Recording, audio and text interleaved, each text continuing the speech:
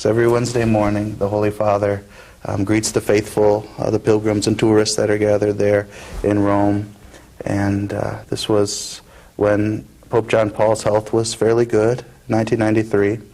And it was at the winter time, so the audience wasn't there in St. Peter's Square, but it was in the Pope Paul VI audience hall. Mm-hmm. And somebody told us to get there early and to try to get a spot on the aisle. So that's what we did.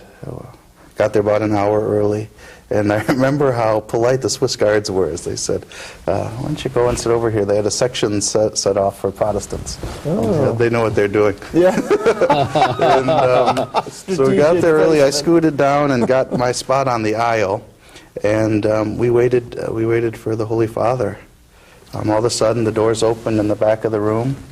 And then he walked. And, you know, they built the aisle so that he can reach across from side to side. And he was greeting folks as he came down the aisle. Maybe he would bless a statue or something. And when he got to where I was, he didn't say anything to me, but he spoke to the woman standing next to me. And I stood there holding on to his hand for a few moments. And something happened in that moment that was surprising to me. I couldn't have said exactly what it was. I wouldn't have said that, okay, I got to become Catholic. And I wouldn't have said certainly that I'm going to become a priest now. But I would have said, even that day, that this has something to do with what God wants me to do. Mm-hmm. An encounter with holiness that planted a seed in me that I had to explore. And I came back to college, sat down with one of my Lutheran professors, and I said, I'm thinking about becoming Catholic.